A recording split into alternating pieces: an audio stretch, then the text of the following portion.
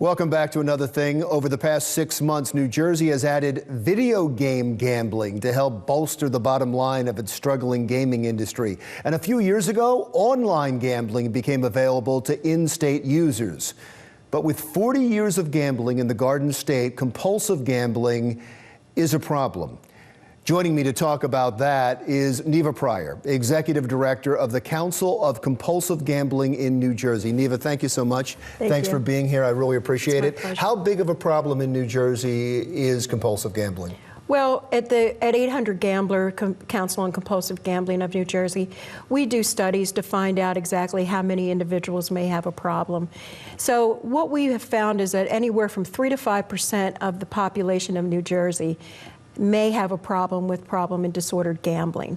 And you're finding a real problem with seniors? Yes. We're finding more and more baby boomers are now becoming senior citizens. And those individuals now have large pensions. They have a lot of time on their hands now, especially those who've lost loved ones. As we age, you know, we lose our mates, we lose our parents, and so on. And so they'll go on bus trips down to the casino. So they have camaraderie. They have people who care. They think the casino cares about them because they send them circulars and they send them comps to come down there and gamble.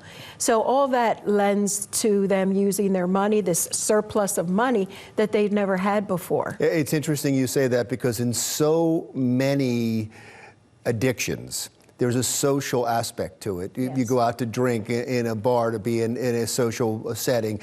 Drugs are being used in high schools or college, and so you're in a social setting. And in many ways, not just in that way, gambling is like any other addiction. Yes, it is. And the problem in disordered gambler, in the beginning, they go with their friends. It is a social event. But as it becomes a problem, that's when they do it alone, especially same thing with people who drink alcohol or who are using drugs. They'll do it in a social atmosphere, and then towards the end they stop doing it with their individuals because they increase the need to do this activity. And there's much more than just a social aspect to this. There's a physical, there's a psychological aspect to it as well that is just like the other addictions. Yes. We've done studies to prove that the brain reacts to gambling the same way it does to substance use disorder. As far as internet gambling is concerned, many people, a study that was done by Dr. Leonauer in New Jersey, found that many of the people are doing the gambling during working hours. So that impacts productivity and the way the person works on their job. Because it's so easy to gamble these days. They can do it online. Right. Even people would argue buying a lottery ticket, that's part of the gambling. It's in my pocket if I have my cell phone. Oh, that's right. You could bet anywhere you want to do, and it seems like, and you get your funding from the state, right? Yes. You must disagree sometimes with the fact that the state keeps promoting gambling when you're fighting addictive gambling. Well, what happens is, like you mentioned, we're neither for nor against legalized gambling, but it's just like any other problem. If someone, or any other activity, if someone is drinking, well, there's people who have a glass of wine every now and then. There's people who have beer every now and then.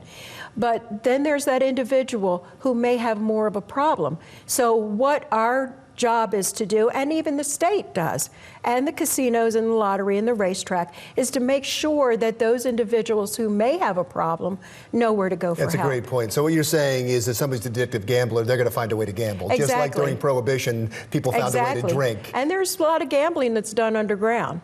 No, believe me, I understand that. Yes, we're both from Philly, so yes.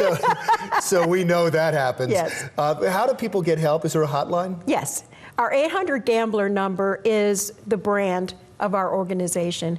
So you can call our number 24 hours a day, 7 days a week, and talk to someone if you have a problem. And what's the first step? What do you tell them? Like, what immediately do you tell people to do? What I like to do is offer them Gamblers Anonymous in the beginning, because that offers them something that they can always go to somewhere, you know, a meeting that they can go to. If they need it, I offer them treatment services. And we have 9 treatment providers who do that. And so that's the way we look at it. We do have one treatment provider who has an in-house treatment program. So we from talking to the person, we find out exactly what they need. Thank you so much for coming in. Thank you. It's important information. Neva Pryor, Executive Director of the Council on Compulsive Gambling in New Jersey. When Another Thing continues. Dawn talks about Trenton and its major comeback. When Another Thing continues.